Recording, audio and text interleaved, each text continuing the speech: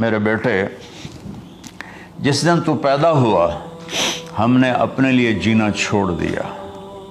اوئے ہوئے ہوئے ہوئے، ہم تیرے لیے جیے۔ تیری ماں تجھے دودھ پلاتی تھی، میں تیرے لیے روٹی کے نوالے لاتا تھا، میری ساری کمائی پہلی اور آخری سب تیرے اوپر لگتی تھی۔ تجھے خوش دیکھتے تھے تو خوش ہوتے تھے، تجھے روتا دیکھتے تھے تو ہم روتے تھے۔ وَإِذَا ذَاقَتْكَ بِالسُّقْمِ لَيْلَةً لَمْ أَدْلِ سُقْمَكَ إِلَّا سَاهِرًا أَتَمَلْمَلُ۔ جب تو کبھی بیمار ہو جاتا تھا تو تیرے سرانے بیٹھ کر ہم ساری رات روتے تھے اور دعائیں کرتے تھے، یا اللہ ہمارے بچے کو بچا لے، ہمارے بچے کو صحت دے دے۔ اس تڑپ میں ساری رات میں جاگتا تھا۔ تیرے لیے میں نے اپنا سب کچھ لگا دیا، اپنے لیے جینا چھوڑ دیا، اپنی خواہشات کو دبایا، تیری ہر خواہش کو پورا کیا۔ تجھے مسکرانے کے لیے، تجھے ہنسانے کے لیے میں دھکے دھوڑے کھاتا رہا، کبھی گرمی لو کی جھلسا دینے والی ریت اور کبھی سردی کے سرد ہوا کے تھپیڑے، لیکن میں ان دونوں سے گزرتا ہوا تجھے پالنے کی خاطر اپنے آپ کو کھپاتا رہا۔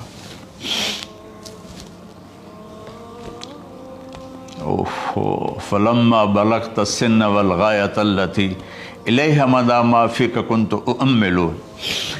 بیٹا، میں نے اپنے ہڈیوں کا رس بھی تیرے اندر ڈال دیا، صرف کمائی نہیں، میں نے اپنے ہڈیوں کا رس تیرے اندر ڈالا، میں نے جو کچھ تھا تیرے اوپر قربان کیا۔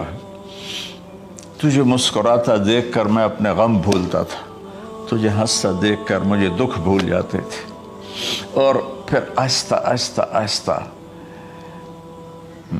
میری ہڈیوں کا گودا، میری کمائی تیرے اندر گئی، اور تو ایک خوبصورت درخت کی طرح بڑھتا چلا گیا، بڑھتا چلا گیا، بڑھتا چلا گیا، بڑھتا چلا گیا، اور میری بڑھاپے نے کمر جھکا دی اور میں جھکتا چلا گیا، جھکتا چلا گیا۔ میرا خیال تھا کہ جیسے میں اس کی انگلی پکڑ کے چلتا تھا، اب میری باری ہے، یہ میری انگلی پکڑ کے چلے گا۔ جیسے میں اسے سینے سے لگاتا تھا، پیار کرتا تھا، جھولے جھلاتا تھا، باغ میں لے جاتا تھا، یہ ساری اس کی تعبیرات کے اندر داخل ہیں، الفاظ میں نہیں ہیں۔ تو مجھے خیال آتا تھا جب میں بوڑھا ہو جاؤں گا نا تو میرا بیٹا بھی مجھے ایسے ہی لے کے پھرے گا، میرا بیٹا بھی میری سنے گا۔ یہ 100 دفعہ پوچھتا تھا یہ کیا ہے، اور میں ہر دفعہ جواب دیتا تھا یہ ہے۔ تو اب میں بوڑھاپے میں اس سے بات کروں گا، یہ میری بات سنے گا۔ میں اس کو نوالے کھلاتا تھا، یہ مجھے روٹی کھلائے گا۔ میں اس کا انگلی پکڑ کے چلتا تھا، یہ میرا ہاتھ پکڑ کے چلے گا۔ میری کمر بڑھاپے نے جھکا دی اور میں ایک خشک پیڑ کی طرح ہو گیا، اور جوانی نے تیری کمر کو سیدھا کیا اور تو ایک تر و تازہ درخت بن گیا۔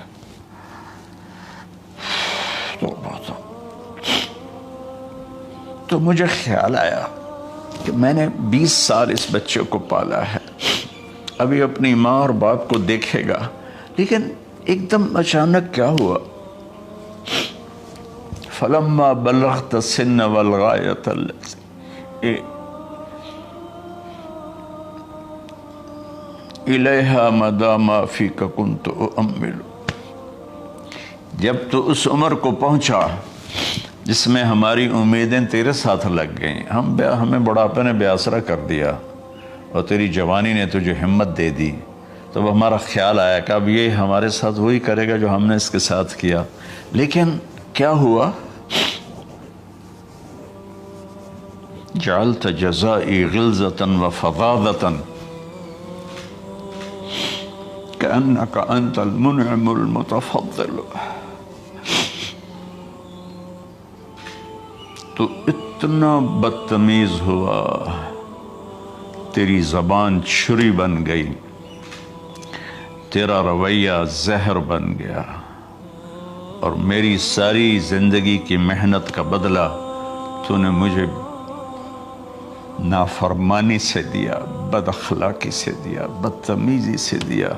میں حیرت بھری نظروں سے تجھے دیکھتا رہا اور میں اپنی پچھلی 20 سالہ زندگی کو جھٹلاتا رہا کہ میرے خیال میں اس کا نوکر ہوں اور یہ میرا مالک، میں اس کا باپ نہیں، میں اس کا نوکر ہوں، کیونکہ ماں باپ کے ساتھ ایسا کوئی نہیں کرتا ہے، یہ میرا مالک ہے اور میں اس کا نوکر ہوں، اس لیے مجھے ڈانٹ رہا ہے۔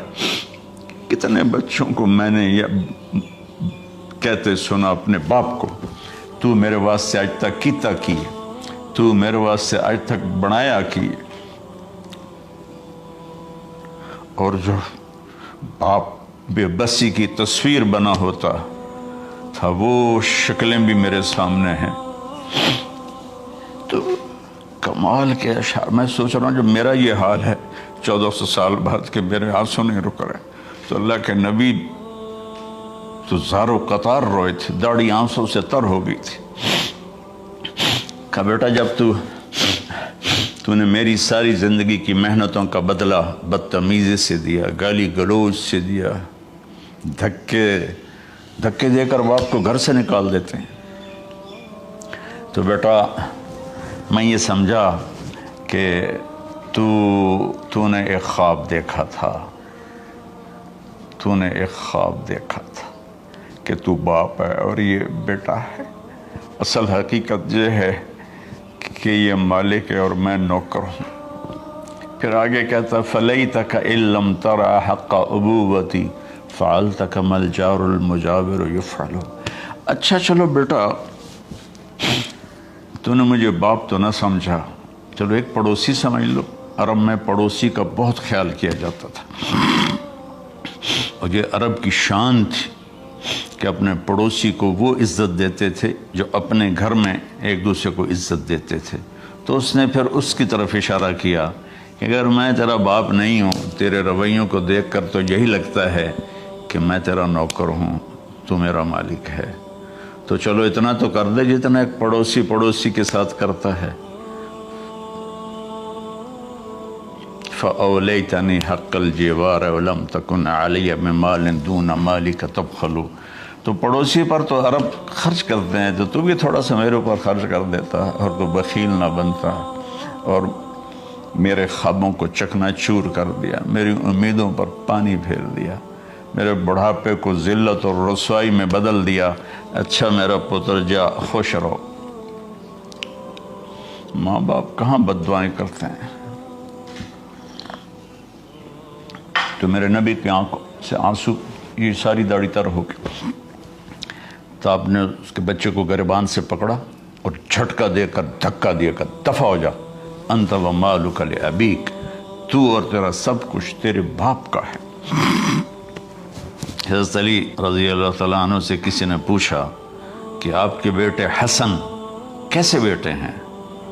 کہا حسن میرا وہ بیٹا ہے کہ جب میں چلتا ہوں تو میرے آگے نہیں چلتا، میرے پیچھے چلتا ہے، جب کہیں بیٹھنے کا موقع آتا ہے تو یہ پہلے نہیں بیٹھتا، پہلے مجھے بٹھاتا ہے پھر خود بیٹھتا ہے، جب کھانے پر بیٹھتے ہیں تو یہ روٹی کی طرف ہاتھ نہیں بڑھاتا جب تک میں نہ بڑھاؤں، یہ سالن کی طرف ہاتھ نہیں بڑھاتا جب تک میں نہ بڑھاؤں، میں کمرے میں ہوں تو یہ چھت پہ نہیں چڑھتا کہ میرے باپ کی بے ادبی ہو جائے گی۔ میں حالانکہ چھت پہ چڑھنا ضرورت کے لیے ہوتا ہے، لیکن قربان جائیں اہل بیت کے ایسے ہی اخلاق ہوتے ہیں، آل رسول ایسے ہی ہوتے ہیں۔